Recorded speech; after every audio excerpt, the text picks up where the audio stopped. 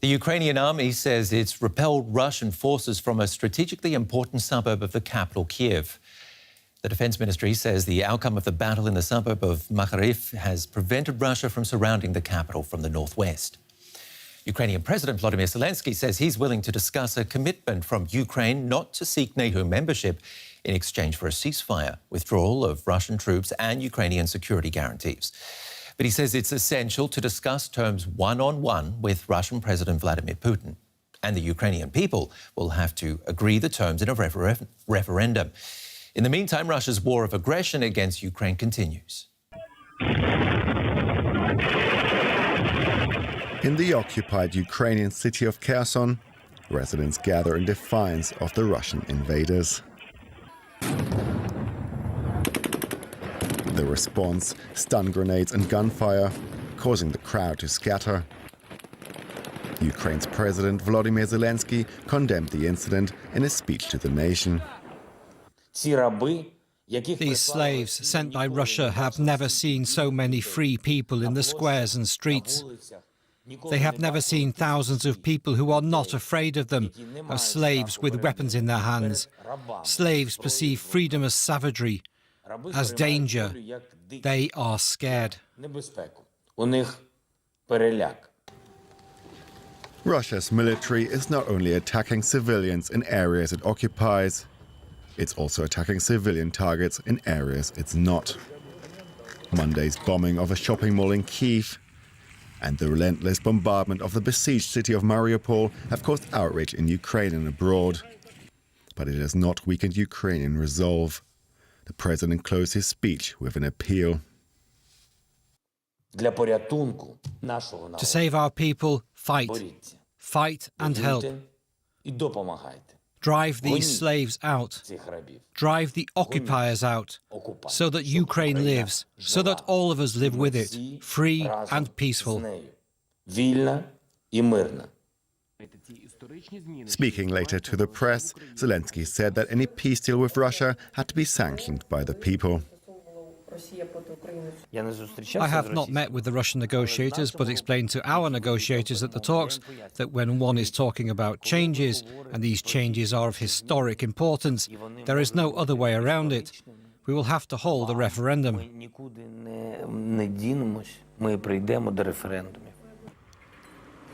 Having suffered through war, Ukrainians are to have a say on the peace that follows, when and if it can be achieved. Kharkiv is also under bombardment. It's just 50 kilometres from the Russian border in the east. The relentless attacks have seen a large number of the city's 1.5 million residents flee. Those who've stayed behind face a daily struggle for survival. Above ground, Kharkiv is a ghost town. Weeks of relentless shelling by Russia has laid waste to residential areas, hospitals and schools. Daily bombings bring with it new casualties. And it's forced those who have remained in Ukraine's second-largest city to retreat underground. We have been here since the 24th of February. Near our house, the school was on fire. Tanks were on fire. That's why we decided not to go back there. It is cold here. The children are getting sick. They get eye infections. They suffer from the cold. They cough, as you can hear. Food in Kharkiv is running out. People queue for hours to get aid. Some of those choosing to remain are channeling their efforts into clearing debris and securing what's left of their city. Honestly speaking, I don't see much sense in leaving the city. Joining the Territorial Defence Force, I don't have any military experience, but I can help the city with my labour. Why not? No, I'm not planning to leave. We'll stay here till the end. Kharkiv has managed this long to defy the Russian forces attempting to crush it. It's hoping it can hold out long enough to survive this war. Here's a look at some other developments in the war. US President Joe Biden is urging American companies to protect themselves against potential cyber attacks from Russia. He also repeated US warnings that Moscow is planning to use chemical weapons against Ukraine. Biden has called President Vladimir Putin a war criminal. Doing something slightly different today, which is to look at NATO then and now, 3 decades ago and today, and the expansion there, ahead of President Biden's trip, of course, to Poland this weekend, to just try and understand how Russia might interpret it, or really the spin, let's face it, that Vladimir Putin might put on it. This is a snapshot of the mid-1990s, a couple of years after the Soviet Union fell. Sean, and talk us through the sort of main points to note here. Well, first of all, the NATO was essentially a defensive alliance, so an attack on one is an attack on all. And after all, the defence of your nation is #1 priority for any country, anywhere in the world. The very success of NATO at the time was that, yes, a few more countries wanted to join, but I think the key point here is that big buffer between the eastern edge of NATO and the western edge of Russia. There were 16 members then, including the US and Canada. Let's jump now to today, and clearly that buffer has disappeared. Yes, and I think you have to overlay on this the fact that in the late 90s, Putin rose to power as the president as well. So he's been sort of presiding over a lot of this era, 23 years in power.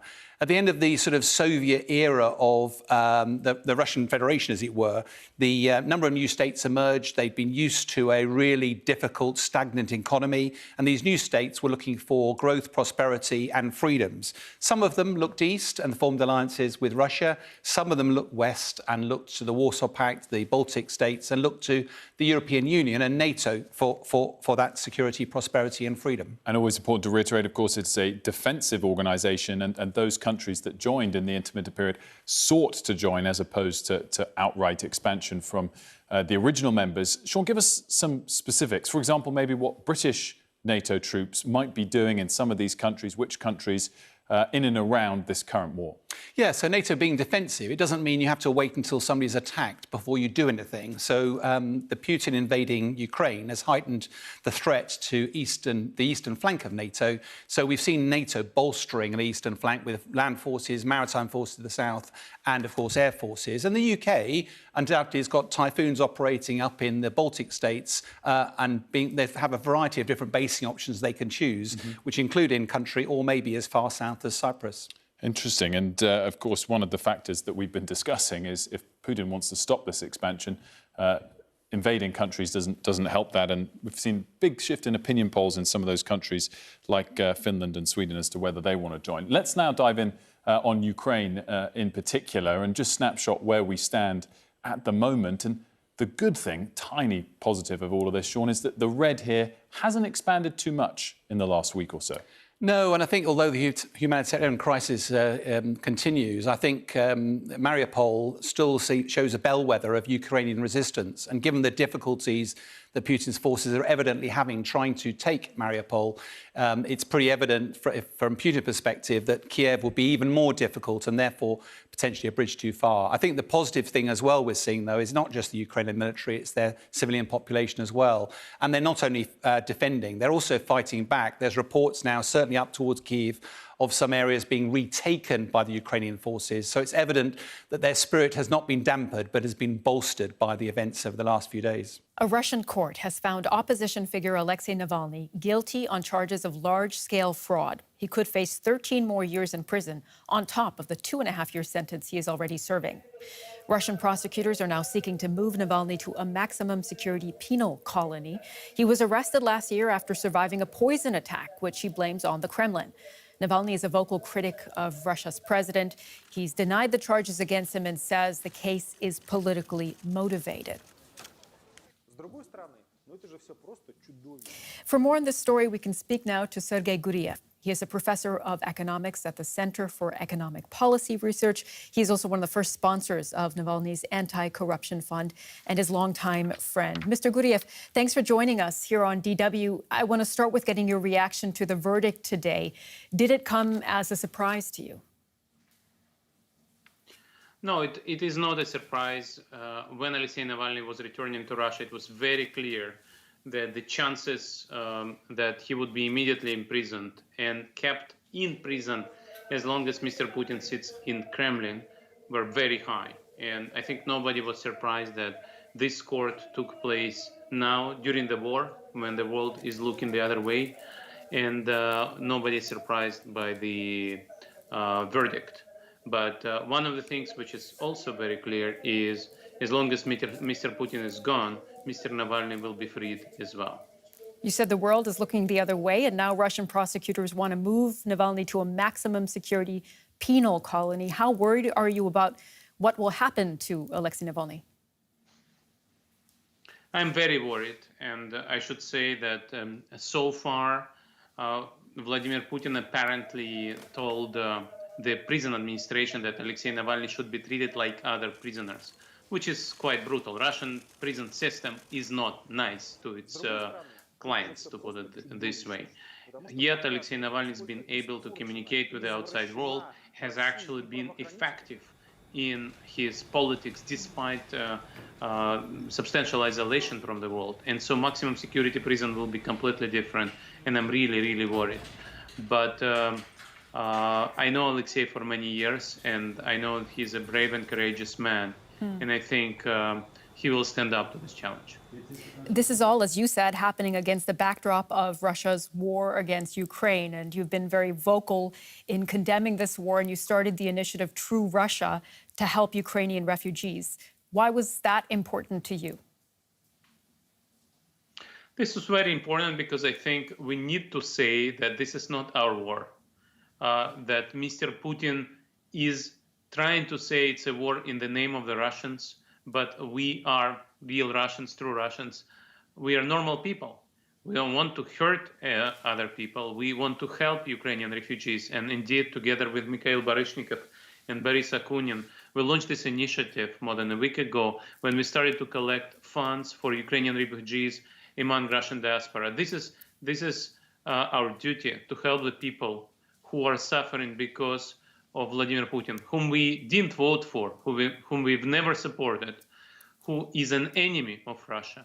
And yet we feel responsibility that we've not been able to stop him. We've not been able to make sure that Russia remains a peaceful country. And because of our inability to stop this man, millions are now running away from their homes and thousands are dying.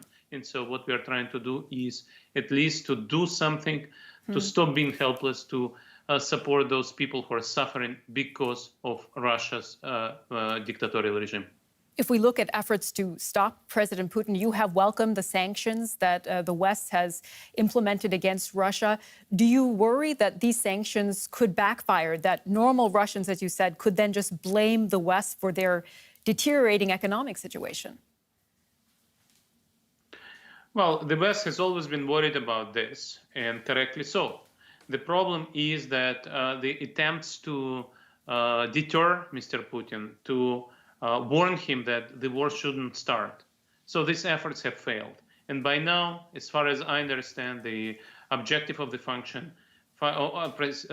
objective of the sanctions is not to increase the cost of the war for Mr. Putin, but simply to destroy his ability to conduct war. Thousands are dying. Actually, thousands of Russians are also dying because Russian soldiers are being killed at a rate we've not seen even in Afghanistan.